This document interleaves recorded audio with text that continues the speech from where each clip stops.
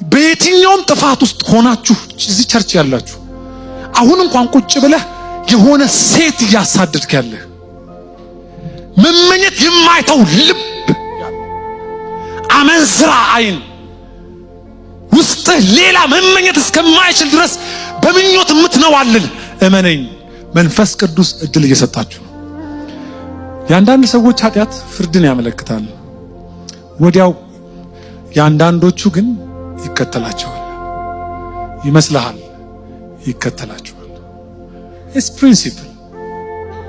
ስለዚህ ከአሮጌው ሲጀመር ምን ቀርቶብን ነው የምትበደረው?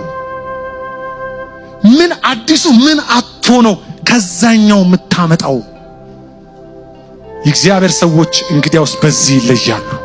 የመንፈስ ፍሬ እንዲያፈሩ እላያቸው ላይ አንዳንድ የሚሻሩትን ቀድመው ይሽራሉ። እጃችሁን አንሱ።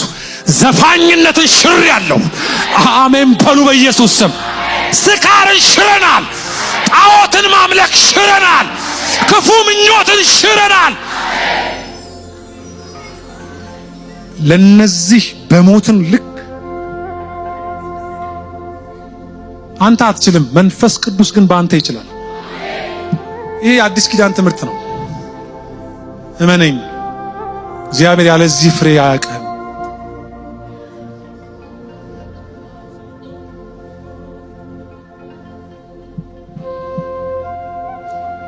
የበላን ያከሳን ነገር አለ።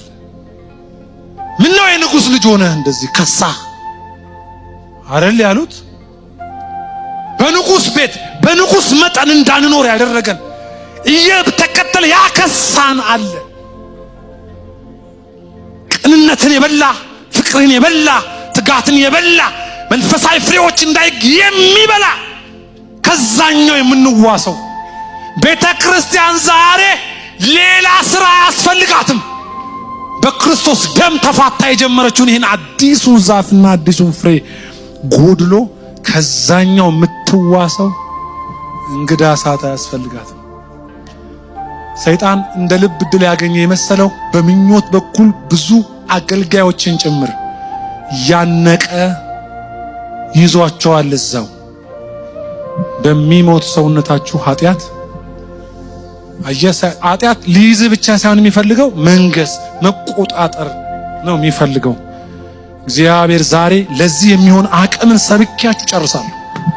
አይ ቢሊቭ አሁን ራሱ ይሄ መንፈስ በውስጣችን አለ። አቅም ባጣንበት ላይ እንደገና ኢምፓወር ያደርገናል። አሜን። ጉልበት ያጣንበት ላይ ጉልበታችን ይጨምራል።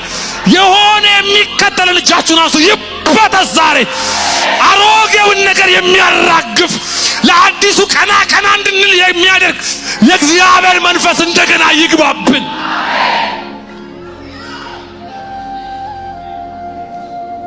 ንቁ ራሳችሁን። እኔ እንዲህ ብቻ አይደለሁም በሉ። ብዙ ፍሬ አፈራለሁ። የመንፈስ ፍሬ አፈራለሁ። ጠላቴ ሆይ ስማ በሉ እስቲ። አሮጌውን በእኔ ላይ አታመጣም። ጠላቴ ሆይ ነፃ ወጥቻለሁ፣ አምልጫለሁ፣ ተመልሼ አልያዝም።